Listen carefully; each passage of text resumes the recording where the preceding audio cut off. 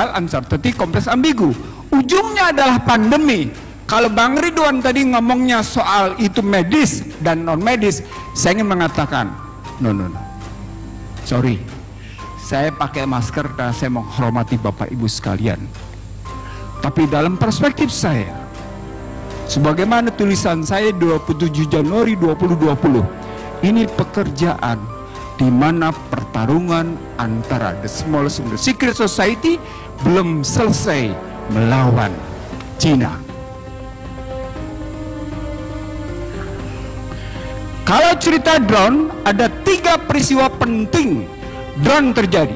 Pertama adalah bagaimana drone Amerika digusur habis-habisan, dibongkar di Laut Cina Selatan, dan Cina berhasil ngebongkar bahwa pesawat intai tanpa awak telah dilakukan oleh Amerika terhadap Cina. 1. Yang kedua, 2 kilang Saudi dihajar oleh kekuatan drone.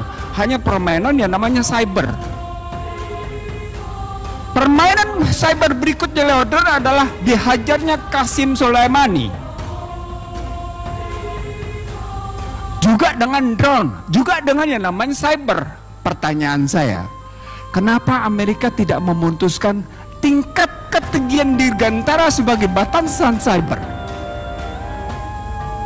Saya ngomong jadi macam-macam di sini karena saya ingin mengatakan begini, betapa ketinggalan zamannya bangsa ini untuk bicara tentang situasi yang sesungguhnya sedang terjadi di dunia internasional, regional, dan nasional. Betapa ketinggalannya. Ridwan di sini benar bahwa yang namanya pemerintah sekarang ketinggalan zaman.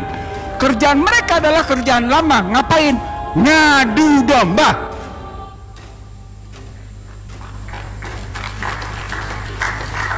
Pertanyaan berikutnya, kalau kita sadar mereka ngadu domba, kekuatan apa yang kita punya agar mereka tidak ngadu domba? Bapak sekalian, maaf, secara legal ada 2 pernyataan yang mengganggu bagi saya.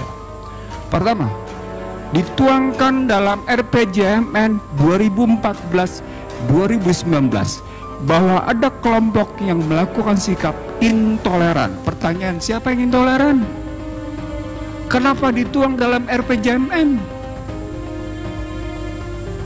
Kenapa dituang dalam RPJMN bahwa ada kelompok intoleran? Yang kedua, yang ketiga, sekarang kita ambil RPJMN 2024. Ada kelompok yang dinyatakan selalu berpikir tentang kegaduhan. Kalau itu dilihat dalam cerita sejarah, dia lupa TNI ketika mempertahankan negeri ini, kerjasamanya adalah dengan umat Islam. Sama seperti ketika tahun 99, Baratlah yang menyatakan cuma tinggal 2 kekuatan yang masih bisa mempertahankan Indonesia, TNI dan Islam. Setelah TNI balik, ini maaf ya karena ini omongan saya dengan beberapa tokoh jenderal sampai akhirnya di tempat bawah saya menggugat tentang Sabta Marga. Satu-satunya sipil saya gugat Sabta Marga di tempat Prabowo Subianto karena saya begitu risaunya saya melihat situasi. Kemarahan saya sebagai satu-satunya sipil di hadapan para jenderal itu dan mengatakan, kemana para tentara itu yang kemudian malah sibuk dengan kekuatannya sendiri. Ini beberapa jenderal, bukan 1, 13 jenderal saya ingat betul. Saya bilang, Bapak sekalian, negeri ini dipertahankan oleh 2 kekuatan. Kekuatan Islam, para ulama, dengan kekuatan TNI. Bahkan sampai dengan 99. Lalu ketika masuk ke dalam situasi sekarang, di mana Islam diobok-obok, TNI dikacaukan dengan cerita menurunkan baliho. Kok mau TNI nurunin patut jabatannya? TNI telah diturunkan jabatannya sedemikian rupa dari peta mempertahankan keamanan sampai akhirnya ikut bicara tentang ketenteraman. Kok turun perannya? Bukankah itu menurunkan kelembagaan? Bapak sekalian, saya naikin sedikit. Maaf, saya naikin sedikit. Kita punya Unhan, Kita punya Unhan. Di mana posisi Unhan melakukan kajian-kajian strategis bahwa yang sedang terjadi adalah pemecah belahan. Maaf, telinga saya nggak dengar sama sekali. Saya sama sekali tidak mendengar Unhan, baik yang ada di Ponorogo maupun yang ada di Sentul, itu membahas tentang bagaimana perdamaian Indonesia. Dia sibuk bicara tentang perdamaian internasional, tapi dia tidak pernah sibuk perdamaian Indonesia. Itu yang namanya Unhan itu. Ini saya kritik karena beberapa profesornya saya tahu kerjaannya ngapain. Maaf, terus terang ada kemarahan dalam dada saya begitu melihat situasi yang sekarang terjadi.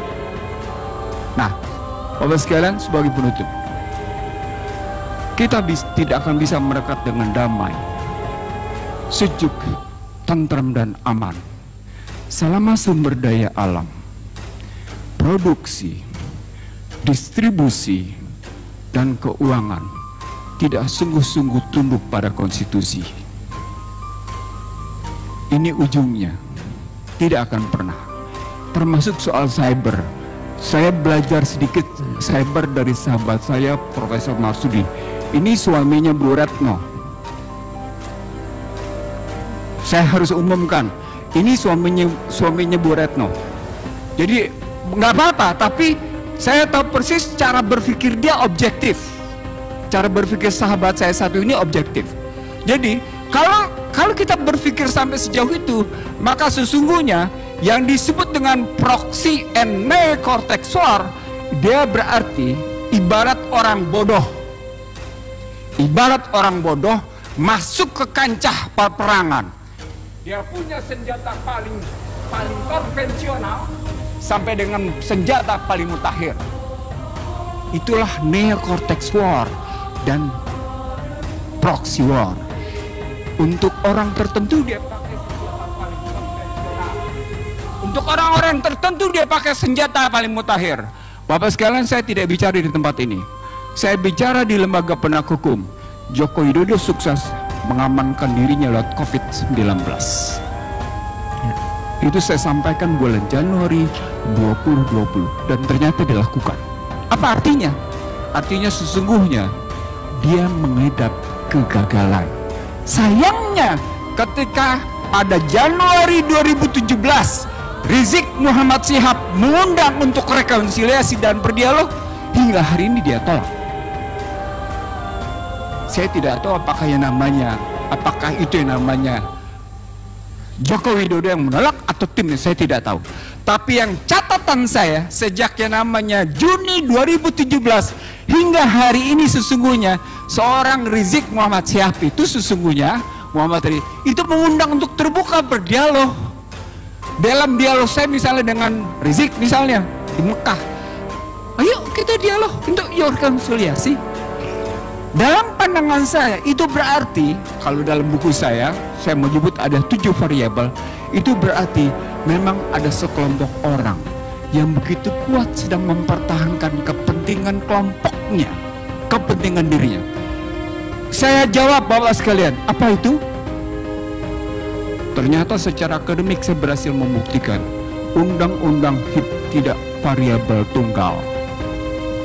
RUU tentang HIP bukan variabel tunggal.